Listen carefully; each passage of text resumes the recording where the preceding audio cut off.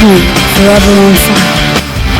ರಾಜ್ಯ ರಾಜಧಾನಿ ಬೆಂಗಳೂರಲ್ಲಿ ಈಗ ಮಳೆ ಅವಾಂತರಗಳು ಹೆಚ್ಚಾಗ್ಬಿಟ್ಟಿದ್ದಾವೆ. ಈಗ ನಾಳೆಯೂ ಕೂಡ ಮಳೆ ಮುಂದುವರಿಯುತ್ತೆ ಅನ್ನುವಂಥ ಅಲರ್ಟ್ ಕೂಡ ಬಂದಿದೆ. ಮಳೆ ಮುನ್ಸೂಚನೆಯನ್ನ ಹವಾಮಾನ ಇಲಾಖೆಯಿಂದ ನೀಡಲಾಗಿದೆ.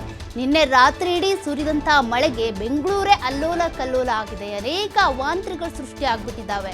ಅದರ ಬೆನ್ನಲ್ಲೇ ಈಗ ಹವಾಮಾನ ಇಲಾಖೆಯಿಂದ ಬೆಂಗಳೂರಲ್ಲಿ ಮತ್ತೆ ಮಳೆ ಮುಂದುವರಿಯುತ್ತೆ ಅನ್ನುವಂಥ ಅಲರ್ಟನ್ನು ಕೂಡ ಘೋಷಣೆ ಮಾಡಲಾಗಿದೆ. ಬೆಂಗಳೂರಲ್ಲಿ ನಾಳೆ ಯೆಲ್ಲೋ ಅಲರ್ಟನ್ನು ಘೋಷಣೆ ಮಾಡಲಾಗುತ್ತೆ.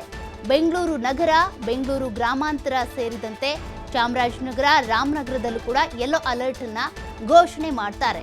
4 ಜಿಲ್ಲೆಗಳಲ್ಲಿ ನಾಳೆ ಗುಡುಗು ಸಹಿತ ಮಳೆಯಾಗುವಂಥ ಸಾಧ್ಯತೆ ಇದೆಯಂತೆ. ಹವಾಮಾನ ಇಲಾಖೆಯಿಂದ ಬಂದಿರುವಂಥ ಎಚ್ಚರಿಕೆ ಇದು.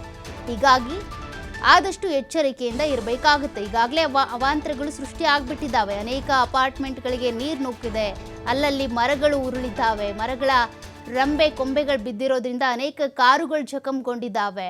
ಮಳೆಯ ಅವಾಂತರಗಳಿಂದ ಜನರು ತತ್ತರಿಸಿ ಹೋಗ್ತಾ ಇದ್ದಾರೆ. ಸಿಲಿಕಾನ್ ಸಿಟಿಯಲ್ಲಿ ಇದೇ ರೀತಿಯಾಗಿ ಮಳೆ ಮುಂದುವರಿಯುತ್ತೆ, ನಾಳೆಯೂ ಹೀಗೆ ಮಳೆ ಆಗುತ್ತೆ ಅನ್ನುವಂಥ ಮುನ್ಸೂಚನೆ ಕೂಡ ಸಿಕ್ಕಿದೆ.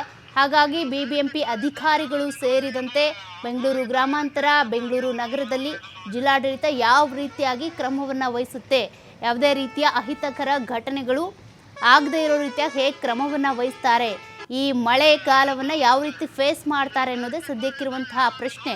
ಯಾಕೆಂದರೆ ಈಗಾಗಲೇ ಮಳೆಗಾಲವನ್ನು ಸರಿಯಾಗಿ ನಿರ್ವಹಣೆ ಮಾಡ್ತಾ ಇಲ್ಲ ಅಂತ ಜನರು ಹಿಡಿಶಾಪ ಹಾಕ್ಕೊಂಡು ಓಡಾಡ್ತಾ ಇದ್ದಾರೆ.